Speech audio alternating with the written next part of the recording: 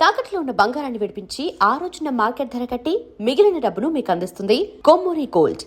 ఆ రోజుల్లోనే ఆ అమౌంట్ కోటి దాటింది. నేను ఒక ఇద్దరికి ముగ్గురి దగ్గర పంపించాను. పంపిస్తే నా బ్రదర్స్ ఇప్పుడు లేదు, వాళ్ళు ఇద్దరు లేదు. పంపిస్తే వాళ్ళు చెప్పారంట, లేదు అప్పుడే ఇచ్చేసామంటే బాబాది పైసా చెక్ నుంచి డబ్బు నుంచి ఏది ఇచ్చినా నాకు ఇంట్లో డబ్బు లేకపోతే బాబాకు ఫోన్ చేశాను. బాబా డబ్బు లేదంటే కంపెనీ నుంచి 2 లక్షలు దేని పెట్టి ఉందో అట్లా తీసుకొని పంపిస్తారు. ఏది కూడా నాకు తెలియకుండా బయటికి వెళ్ళడానికి ఛాన్సెస్ లేదు. అది ఇచ్చానంటే సరే మోసం చేస్తున్నారు, మోసం చేయని దాంతో ఏంటి వాళ్ళు బాగుంటారా? ఇప్పుడు మేము బాగానే ఉన్నాము, అదే కార్లు ఉంది, అదే ఇంట్లో ఉన్నాము, అదే కరెంట్ బిల్ కడుతున్నాము, అదే పని వాళ్ళు ఉన్నారు. మధ్యలో కష్టపడినా మళ్ళీ ఒక పొజిషన్కి వచ్చాము కదా. మేము ఎవరి దగ్గర వెళ్ళి ఇప్పుడు దాకా చేయి చాపలేదు కదా. మా తిండి మేము తింటున్నాము. మేము ఇప్పుడు ఉల్టా మనుషులకు పెడుతున్నాము కదా, ఎవరి దగ్గర నుంచి మేము తినలేదు. కొన్ని అప్పుడు బాధపడ్డాను, తర్వాత చీపోని వదిలేశాను. పోని వాళ్ళు బాగుంటారు, పైన దేవుడు అని ఒక వాడు ఉన్నాడు, వాళ్ళు చూసుకుంటారు. కానీ ఆ మొత్తం ఏమంటూ ఆ రోజుల్లోనే కోటి దాకా ఉండింది. ఎందుకంటే లెక్కలు ఎందుకండి, ఎవరు తీసుకున్నారో వాళ్ళకి తెలుసు. అండ్ ఇంకో చిన్న డౌట్ మేడం, యాక్చువల్గా మీ కుటుంబ పరిస్థితుల వల్ల మీరు డ్యాన్సర్ అయ్యారు. ఫస్ట్ ఒక సినిమా యాక్టింగ్ చేశారు, అక్కడి నుంచి తర్వాత డ్యాన్సర్ అయ్యారు. అంటే చిన్నప్పటి నుంచి డ్యాన్స్ నేర్చుకుంది కాదు, డ్యాన్స్ మీకు పుట్టుకతోనే అబ్బింది కాదు, అవసరం కోసం డ్యాన్స్ దగ్గరికి వెళ్ళారు మీరు. అలాంటిది అంత తక్కువ టైంలో మెగాస్టార్ చిరంజీవి గారు లాంటి ఒక సూపర్ డ్యాన్సర్తో ఆయన్ని మ్యాచ్ చేసే విధంగా అంత బాగా డ్యాన్స్ ఎలా రాగలిగింది అతి తక్కువ కాలంలో? యాక్చువల్లీ మా నాన్న వచ్చి ఒక డాన్సర్, గ్రూప్ డాన్సర్గా ఉండి అసిస్టెంట్గా అయ్యి తర్వాత హీరో అయ్యారు. సో ఆ బ్లడ్ ఉండొచ్చు, ఆ బ్లడ్ ఉంటుంది నా బాడీలో. సో అందుకని నేను కూడా పట్టుదల పట్టి కన్నడ సినిమాలో ఒక సినిమాలో వచ్చి మొత్తం జనరేటర్ అన్ని ఆఫ్ చేసేసి కరెంట్ లేదని చెప్పి పంపించేశారు. ఫస్ట్ నా బిగినింగ్లో డాన్స్ రాలేదని మిమ్మల్ని నన్ను పంపించేశారు. తర్వాత వచ్చి ఎక్కడ వెళ్ళినా కష్టపడి ఒక్క మూమెంట్ రాదు. మాస్టర్స్ అయితే నన్ను తిట్టలేరు, ఎందుకంటే మా నాన్న డాన్సర్గా ఉండి హీరోగా అయ్యారు కాబట్టి. వాళ్ళందరూ ఇప్పుడు కొరియోగ్రాఫర్గా ఉన్నారు, మా నాన్నతో డాన్సర్గా చేసిన వాళ్ళందరూ. సో తిట్టలేకపోయారు నన్ను. పక్కన ఈ అసిస్టెంట్స్ ఉంటారు కదా, వాళ్ళకి తిట్టలు పడుతుంది, అది నాకే లోపల గుచ్చుతుంది. అది వాళ్ళని తిట్టడం కాదు, శాంతి నిన్న తిడుతున్నారు అనేది నాకు తెలుసు, మిమ్మల్ని తిట్టలేక వాళ్ళని తిడుతున్నారు అనేది నాకు తెలుసు. సో అప్పటికే నేను పట్టుబడి డాన్స్ క్లాస్కి వెళ్ళడం మొదలుపెట్టాను. కళా master class, first Raghu master క్లాస్కి వెళ్ళాను. రఘు మాస్టర్ క్లాస్ వచ్చి రఘు మాస్టర్ చాలా బిజీ అయిపోయారు.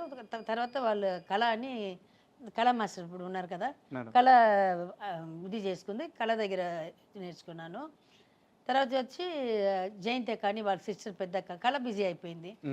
నేను పెళ్ళి అయిన రోజు కూడా డాన్స్ క్లాస్ అటెండ్ చేసి ఫ్లైట్ ఎక్కాను మేడం. సో అది ఉండొచ్చు పక్కన చేసిన వాళ్ళు. నాకు వీళ్ళు వాళ్ళు అనేది లేదండి, నాకు ఎవరైనా డాన్స్ చేస్తే అదే డబ్బు ఇస్తారు నాకు. ఇప్పుడు మీకు ఇంటర్వ్యూ ఇచ్చినా ఒకటే, నాకు ఇంకొక వాళ్ళకి ఇంటర్వ్యూ ఇచ్చినా ఇదే ఆన్సర్ నేను చెప్తాను.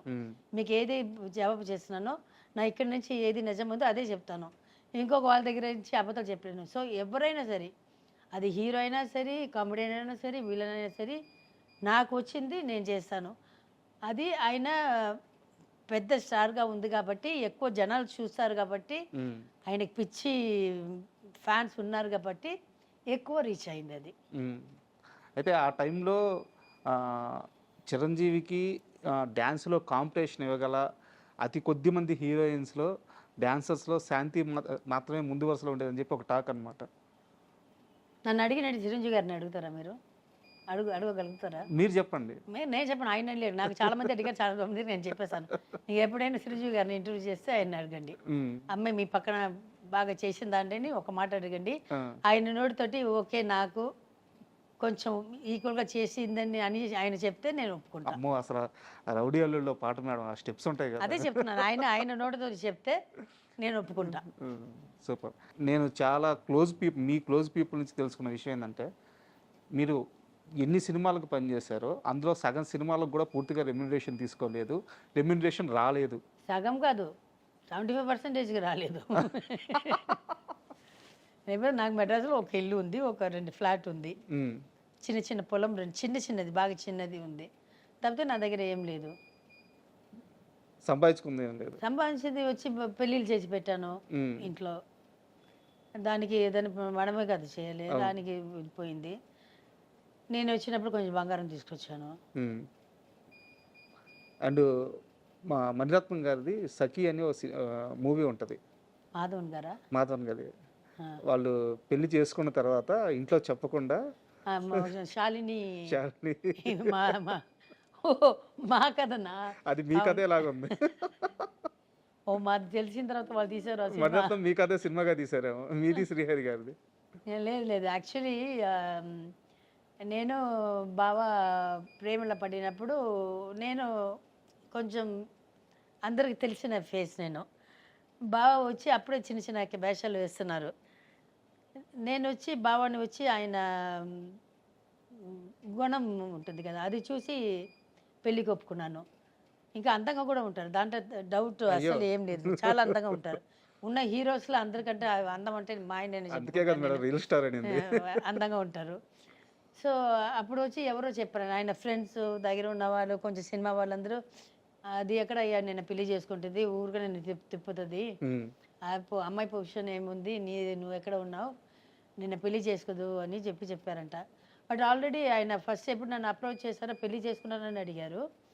అడిగితే మెడ్రాస్కి ఊరికే చెప్పాను, ఇట్లా చాలామంది అడుగుతుంటారు, మెడ్రాస్కి రండి మా అమ్మ దగ్గర అడగని చెప్పాను. వచ్చేసాడు, ఇంటికి వచ్చేసాడు.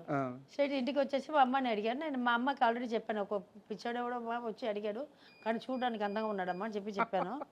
ఇప్పుడే ఇట్లా చిన్న ఇది ఎలా చేస్తున్నారమ్మా అని చెప్పాను. అండ్ స్ట్రైట్గా ఇంటికి వచ్చేసారు. మా ఇల్లు లోపల దాక్కొని లేదని చెప్పడానికి కూడా లేదు, మాది చాలా బాగా చిన్న ఇల్లు. ఆ రూమ్ నుంచి బయటకు వస్తే రోడ్డు కనిపిస్తుంది. వచ్చేసారు, వస్తే రమ్మని చెప్పాము, కూర్చున్నారు. వచ్చి స్ట్రైట్ మా అమ్మతో వెళ్ళి మాట్లాడారు. నేను షూటింగ్ వెళ్ళిపోతాను కదా, ఈయన అప్పుడప్పుడు మెడ్రాస్లో ఉండిపోయారంట. నేను షూటింగ్ వెళ్ళిపోతాను కదా, యాక్చువల్లీ ప్రేమించిన వాళ్ళు అమ్మాయిల దగ్గర వెళ్తారు కదా, ఈయన మా అమ్మతో దగ్గర వెళ్ళిపోయేవారు. అక్కడికి వెళ్ళి మా అమ్మ దగ్గర కూర్చొని ఆయన దగ్గర వచ్చి ఇట్లా మంచి మార్కులు కొట్టేశారు. అక్కడ 100% 10% కొట్టేశాడు. మా అమ్మ నన్ను గోకడం మొదలుపెట్టింది, పెళ్లి చేసుకో ఇంకా ఎప్పుడు దాకా ఇది చేస్తావు, పెళ్లి చేసుకో.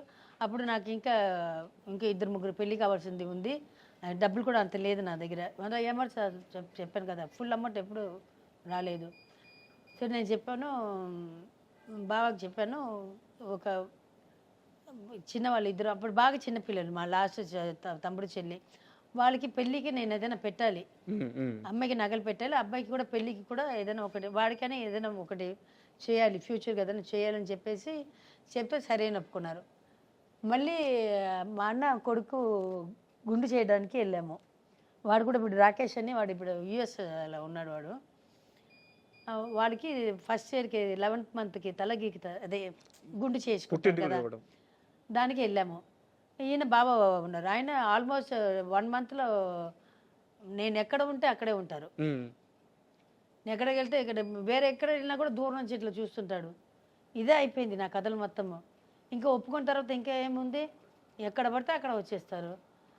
తర్వాత వచ్చి మా అమ్మకి వచ్చేసారు. వచ్చి ఇట్లా గుడికి వెళ్తున్నామంటే ఆయన కూడా వచ్చేసారు, బావ కూడా ఉన్నారు. అప్పటికి మా అమ్మ, మా అక్క, పౌలిన్ అలెగ్జాండర్, మా అక్క పెద్ద అక్క, వాళ్ళ ఆయన అలెగ్జాండర్ అల్లుప అని పిలుస్తాము. వీళ్ళు ముగ్గురు బాగా క్లోజ్ అయిపోయారు. బాగా అంటే బాగా క్లోజ్. నేను షూటింగ్ 2 గంటకి 3 గంటకి వస్తాను, వీళ్ళు సిట్టింగ్స్ అన్నీ వీళ్ళు 4. మా అమ్మ పడుకుంటే కూడా నేను వచ్చేదాకా వీళ్ళు ముగ్గురే కూర్చుని ఉంటారు టెర్రస్లో.